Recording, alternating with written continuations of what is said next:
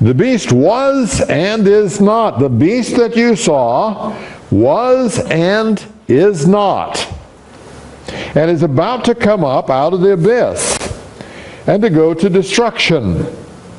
And those who dwell on the earth, whose name has not been written in the book of life from the foundation of the world, will wonder when they see the beast that he was and is not and will come. He was. The beast was before John. Or he was during the tribulation period. That's the question. Is this talking about and really the question comes down, what's the time of is not? Is not in John's day, or is not in the middle of the tribulation? So that's what we have to decide. It's been proposed that this is the era since the defeat of the beast at Calvary. The beast was defeated, and therefore he is not, but then he would be coming again. But who was defeated at Calvary? Was it the beast? No, it was Satan who was defeated at Calvary. And he is not in a condition of is not. He's still with us. So anyway you look at this, that idea that it is the era since his defeat at Calvary doesn't work. It's also been proposed that this is just recurring cycles. Sometimes he is, and he's coming forth in force, and sometimes he is not, and he's pretty much subdued, and things are quiet, and then it comes back to is, and is not, and is, and is not. Recurring cycles, someone says. And they say that when Nazi Germany was on the ascendance, it was an is time, but afterwards it was an is not time. When the Soviet Union was strong, it was an is time. And when the wall was torn down and the Soviet Union collapsed, it's an is not time. But that doesn't tie to the return of Christ the way this beast does. What we're reading about the beast here ties in rather closely to the return of Christ. So that doesn't make a good fit either. We'll talk about that when we get down to chapter 19. So a better explanation is that the is not time is the death wound of the beast. When the beast has the death wound for a period of time, he was not, but then he reappeared. He rose out of the abyss and came back, and so he was once again. This whole section is inserted between chapter 16, when we are looking at the judgments, and chapter 19, when we are looking at the final end of things. Ought to fit sometime in that period, probably late in the second half of the tribulation.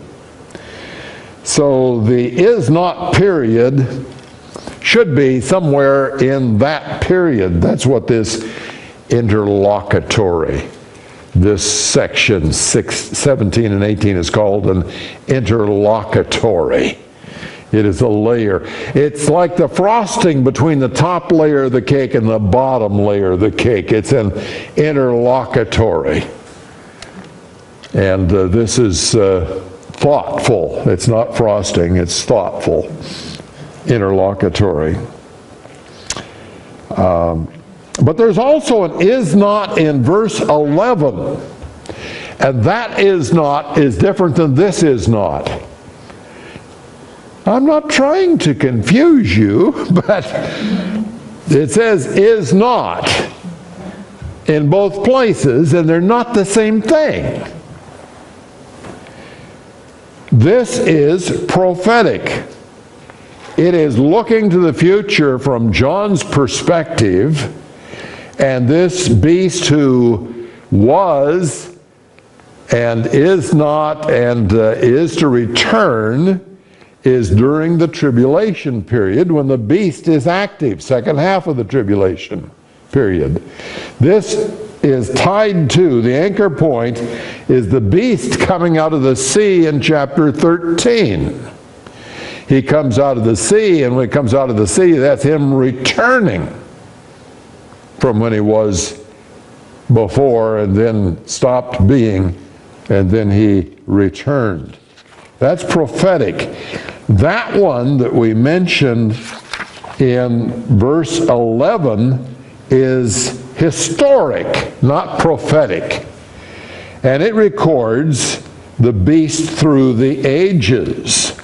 And looking at the beast through the ages, there were 5 heads that used to be. There's one head that is now, and another head which is coming, and the anchor point for that is John's time. Is about to come in our passage, the beast that you saw was and is not and is about to come up out of the abyss. The is about to come. In chapter 13, we saw him coming out of the abyss. We talked about how this had to be a demon that was coming up out of the abyss. And it is the Antichrist. It's the middle of the 3 in the satanic trinity in chapter 13. When he came up, is and is not, previous life and death, was not seen. Didn't say there that he had been there previously, that he had been not there and he was coming back again in chapter 13. That detail wasn't there. Just told us about him coming up out of the abyss. Adding in chapter 17 and verse 8, we suggest that he was a man. He was the Antichrist. He was the man. He died. He had a fatal wound. He is the head. Remember, each head, we haven't got to this, we're going to talk about it a little bit later, but each head is a king or kingdom. Well, when a head dies, it's the king that dies. And this head that died was the Antichrist. And then he came back up out of the abyss and he was back again. He came back in demon form. And you know that fits. Demons are able to imitate people that have died. So when people go to seances and the person doing the seance is channeling the dead person, and they can tell you things that nobody would have known except this dead person. Demons can do that. They can imitate the person, and they do it for their purpose to distract loyalty to God and get people to follow after various other false religions. Note that in verse 9 here, and in chapter 13 and verse 3, the people were either amazed or they wondered. So in Revelation 13:3, I saw one of his heads as if it had been slain, and his fatal wound was healed, and the whole earth was amazed and followed after the beast. So one of his heads, that head was the king, the ruler at that time. He had a fatal wound, sword wound. He died.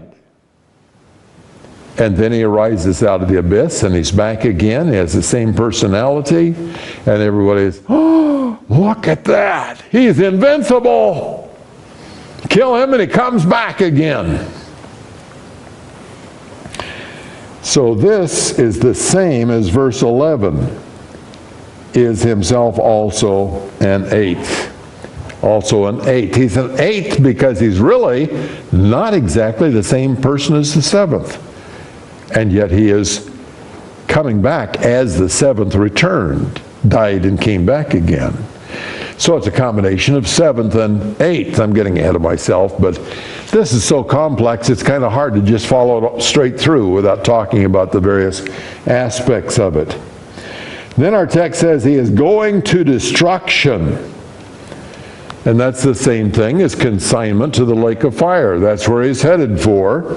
And that's in chapter, I should have shown you that one, 13:3. See, I just read that one. You remember me reading that one? Here's 19:20, where I am now. And the beast was seized, and with him the false prophet who performed the signs in his presence, by which he deceived those who had received the mark of the beast, and those who worshipped his image. These two were thrown alive into the lake of fire, which burns with brimstone. That's ahead of us. That's in chapter 19. The beast is thrown into the lake of fire. Right here, it's telling us that he goes to destruction. The destruction he goes to is described in chapter 19 when he's thrown into the lake of fire. Living reprobates. You know what I mean when I say reprobates? No good rascals. She said, no good rascals. That's not, she's right, but that's not quite what I was looking for. More than what you wanted. A reprobate is someone who has not been called before the foundation of the world and therefore is going to perish. This is someone who's living and will go on to perish, will go on to destruction. That's a reprobate. Living reprobates will wonder that the beast which disappeared has returned. They see him return, they think he's wonderful, he's invincible, they want to worship him and follow him, but our text goes on to say that he will shortly go to destruction. That's the part they're not seeing when he comes back and they're so impressed. So we continue with the mind of wisdom, Revelation 17:9. Here is the mind which has wisdom. The 7 heads are 7 mountains on which the woman sits. Beast has 7 heads. Woman is sitting on the beast, and the 7 heads are 7 mountains. So this is a transition from what we were looking at, the vision being described, to an explanation which is given by the angel. The angel is explaining. Here's the mind which has wisdom. The 7 heads are 7 mountains on which the woman sits. The vision was, there was this beast, and he had 7 heads and he had 10 horns. The explanation is, here's wisdom. The mind which has wisdom has been mentioned once before in the book of Revelation. That was in chapter 13 and verse 8. And it was explaining the mark of the beast, the 666, which is so infamous. And we had the mind of wisdom described there. And we have it again here. Here's the mind which has wisdom. The 7 heads are 7 mountains on which the woman sits. We've transitioned to explanation by the angel from the vision. We had this idea that this is wisdom before in chapter 13 in relationship to the number 666. The 7 mountains, the 7 heads are 7 mountains, and a mountain is a kingdom, and the kings are the leaders of those governments. And we're going to see that the king and the kingdom are interchangeable. I'm not ready to show you that yet, but we're going to see that, Lord willing. Some people say these kings are successive rulers in Rome. And they argue about which one they're going to start with. Was it Caesar Augustus or another one? And depending upon which one you start with, when you count down 7, of course you have a different list. Not only that, but in order to complete the 7, they have to skip over 3. Because there were 3, and they say, well, they weren't counted because they only ruled for a short time. Of course, there's nothing about only ruling for a short time here. And then they get to either Domitian or Nero to finish the list. So they really can't agree on what the 7 are, and it does not fit the flow of the book. No events in world history match the things that are going on in the book of Revelation. These are rather spectacular things. And if you can't find those things going on, then it's not what's being described in the book of Revelation. There's another theory about these 7 kings, 7 hills. 7 hills or 7 kings. They see the 7 mountains as the hills of Rome. 7 hills of Rome. Rome was celebrated for their 7 hills. They had them on their coins. They had them in other places. But no one can explain how these relate to 7 kings, 5 fallen, and 1 is, and 1 is yet to come. Hills don't fit into that scenario very well. So we're not going to take them as being the 7 hills of Rome either. The better idea is that the 7 heads are 7 kings and kingdoms, and they follow one after another, because some of them are past tense. 5 of them were. That means they aren't anymore, but they used to be. 1 is. Only 1 at a time, right? And 1 is yet to be. There are 7 in succession. So, in Isaiah chapter 2 and verse 2, we can see that sometimes a mountain is a kingdom. Now it will come about that in the last days, the mountain of the house of the Lord will be established as the chief of the mountains.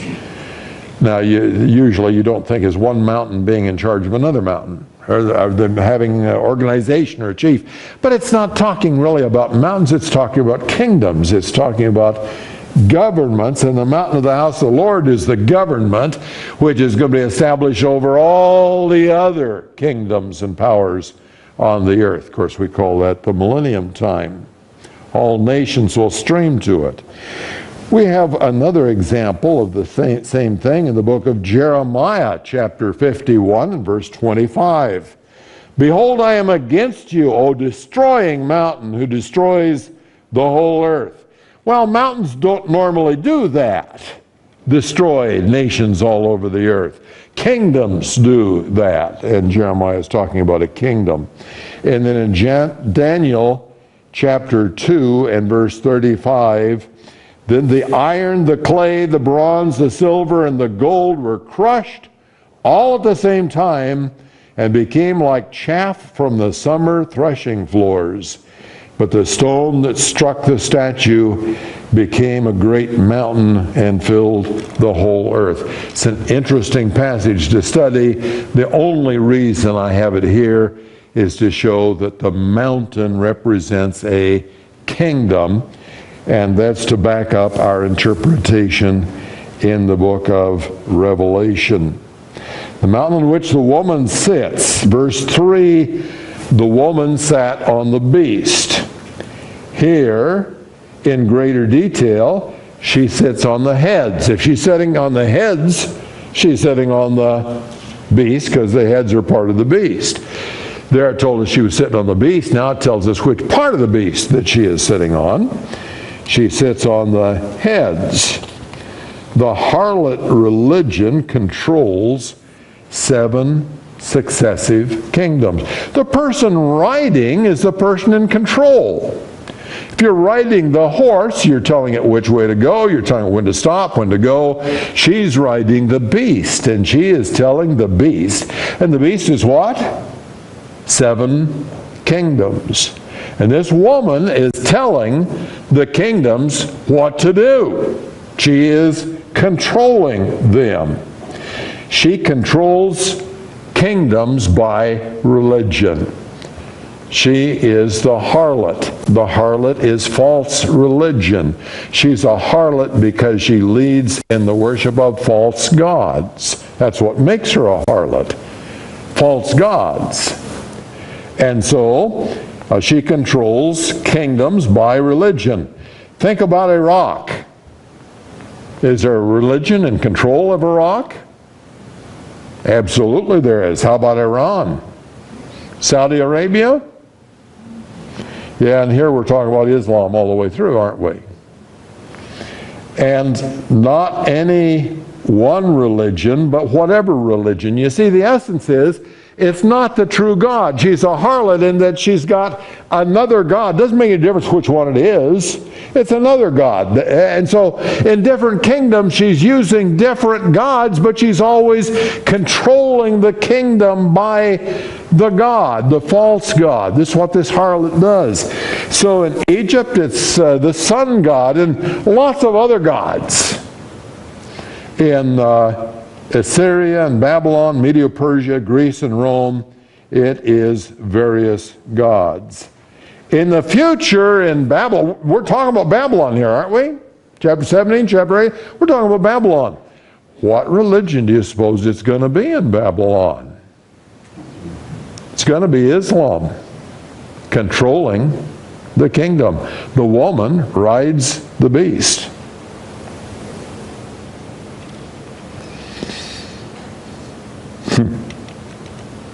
Kings and kingdoms together. Daniel 7:17, these great beasts which are 4 in number are 4 kings who will arise from the earth. Now, Daniel is not talking about the same thing as we have here in Revelation. The kings in Daniel don't directly relate to the kings in Revelation, although all 4 of them are included amongst the 7 kingdoms, but it's not talking quite the same thing. But what we see here in Daniel is that these great beasts are 4 kings. The beast there equals a king. But if we go down to verse 23, it's still talking about these 4 kings, but it says the 4th beast will be a 4th kingdom. The beast is a king. The beast is a kingdom.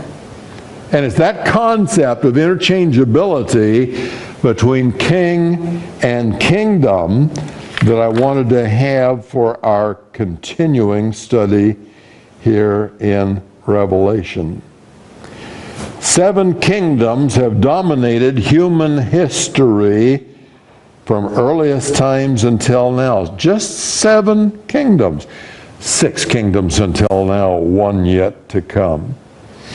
But 6 kingdoms have dominated the world in this period of time.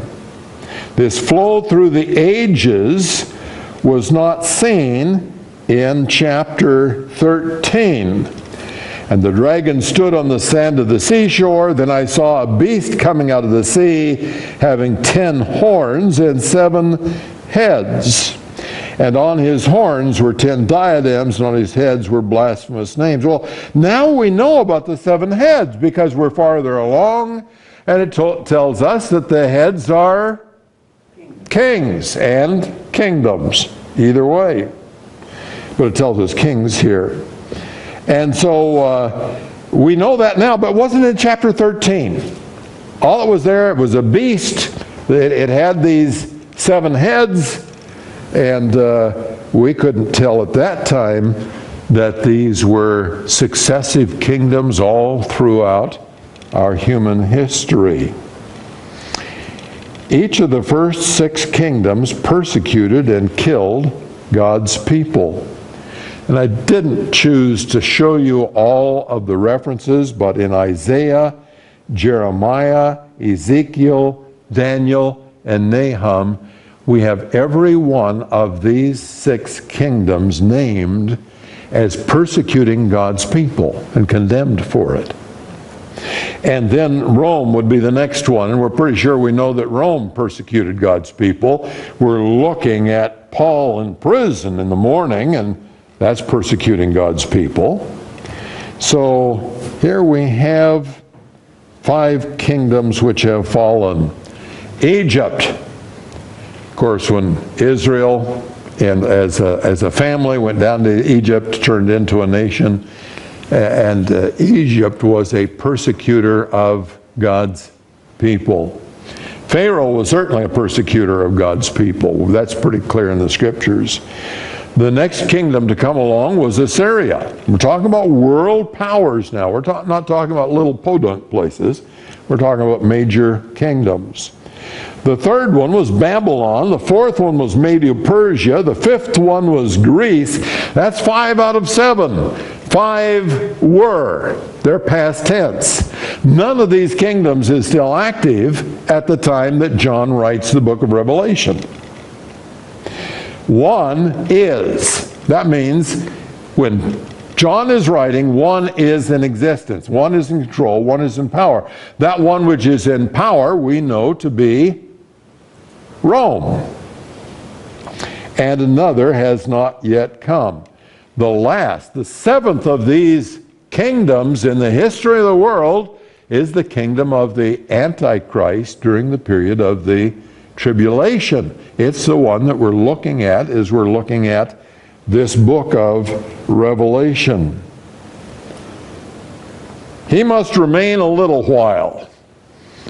I didn't give you a reference for that. I think it was probably in the previous verse complete. But anyway, the reign of the 7th kingdom is to be a little reign, for a little while. It is the briefest of all the kingdoms. Egypt reigned for quite a while. Assyria for a long time. Babylon for a long time. A little bit more than the 70 years that the children of Israel were captive there. Medo-Persia, Greece, Rome. They were all for a fairly long period of time. The 7th kingdom is just going to be for 7 years. Maybe 3.5 years if you're looking at the second half. A brief reign. Revelation 17:11, the beast which was and is which was and is not, is himself also an 8th and is one of the 7, and he goes to destruction. That's always puzzled me. But I think it's fairly clear to me at this point. He is one of the 7. Which one of the 7 is he? He is the 7th of the 7. He is one of the 7. Started out with a human being, the Antichrist. He died. He was and is not. And that's a prophetic is not. That's not John's time that he is not.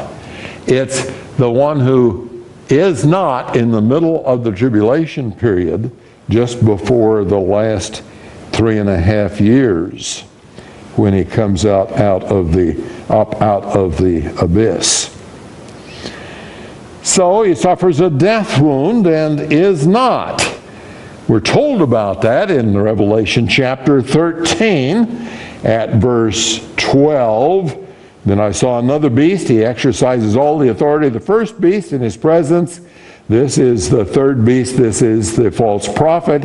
He makes the earth and those who dwell in it to worship the first beast, whose fatal wound was healed. First beast, fatal wound.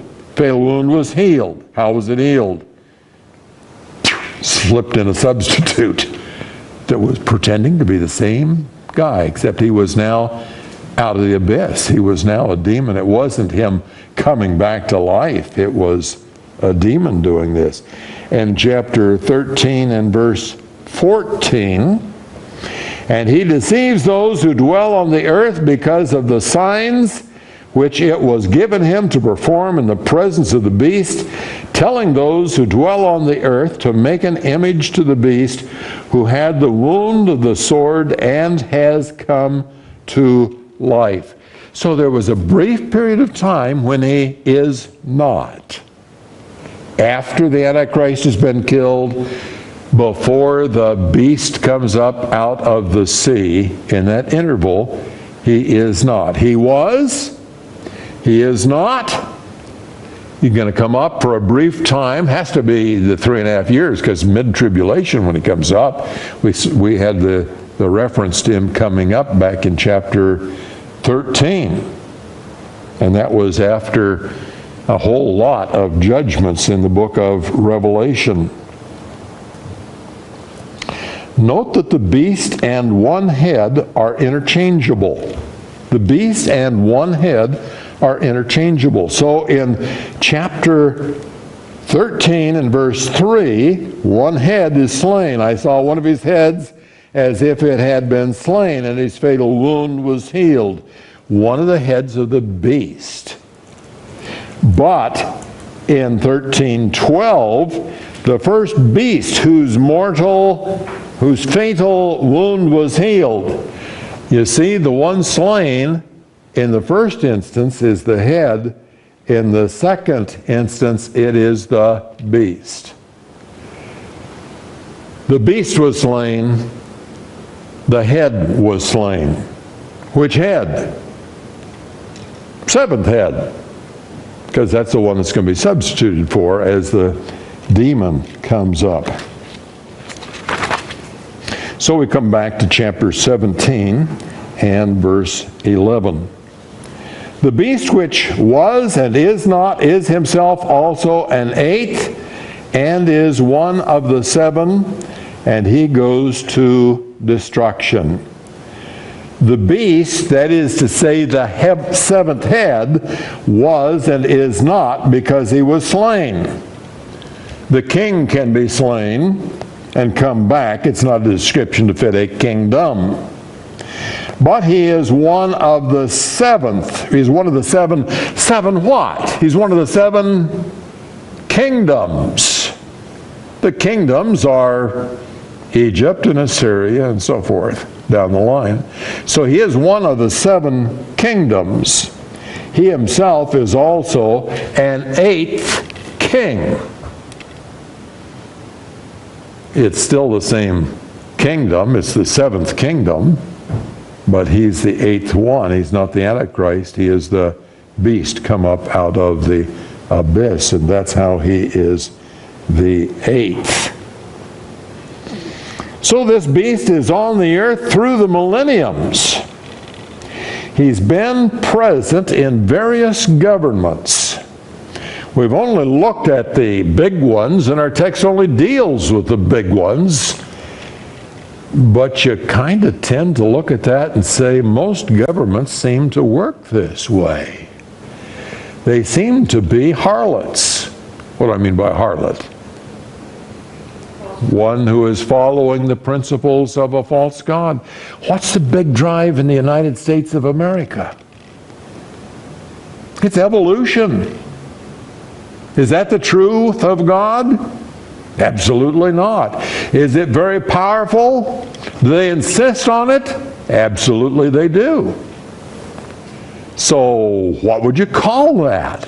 Is the woman riding the beast? Looks to me like the woman is riding the beast. I saw a cartoon just this last week. I think it was on Facebook. Probably some of you saw it too. It was two pictures and it said, why is this right and this is not? And the why is this right was all the Muslims bowing down. And the one that's not right was prayer in the school. Why is this right and this is not? And it's kind of what our president's been working on too, isn't it? I mean, I think it's because that he's concerned about all those masses and he doesn't want to go to war with all of Islam. He's very careful to say it's not about religion. It's not about religion. And somebody wants to know, what does the I in ISIL stand for? It is about religion. It's the harlot riding the beast. And this in Revelation has told us that it's going on through the flow of history. We've gone to thousands of years BC and thousands of years AD, and the whole thing has a beast with a woman riding it. And when we come to the book of Revelation, she's riding on one of the heads. She's riding on the seventh head. She's ridden on every one of them, I suppose. Doesn't say that in our text, but, you know, when the first head was active, and that was Egypt, I think the woman was riding on the beast then too. And so forth, all the way through. He goes to destruction. He doesn't meet the same end as the other kings of the seven kingdoms did. They were replaced. An enemy came and defeated them, and they were killed, and the next kingdom came along. This one doesn't end up that way. This kingdom ends up with the king going into destruction in the pit forever.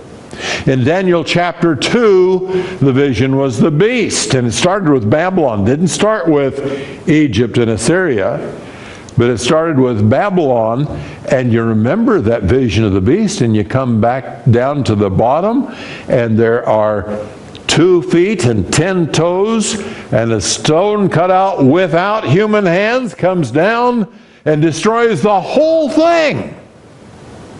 It's the gold from the top as well as materials at the bottom. The whole thing is destroyed by this stone. And then it grows to be a kingdom and fills the whole earth. What's the kingdom? Kingdom is Jesus Christ. This seventh kingdom does not end the same way as the first 6 kingdoms did. It's going to destruction.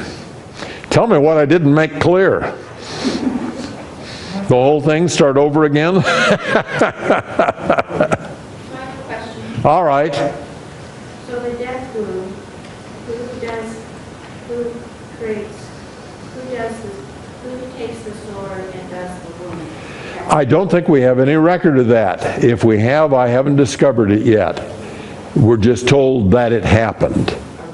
And the 666 is actually the Antichrist, right? It's the number of a man, the number they take on their foreheads, mark of the Antichrist, mark of the beast, yeah. Question was, what about the 666? What's it a mark of? The thing that confuses me most is the concept of these 2 beasts. It's hard to keep track of which beast we're talking about. And one of them is the Antichrist. And then he's slain. And it's still the same beast. When you see the beast introduced, it's chapter 13. In chapter 12, Satan, the dragon, has been dealing with Israel. Chapter 13, there's a beast that comes up out of the sea, and there's a beast that comes out of the land. That's chapter 13. The beast that comes out of the sea is not fully defined in chapter 13. So at the time that he comes out of the sea, he's coming out, we looked at that and said he was coming out of the abyss. Coming out of the abyss, he is demonic, he is not natural. The one that comes out of the land is natural. The one that comes out of the sea is demonic. That's the second form of the seventh head.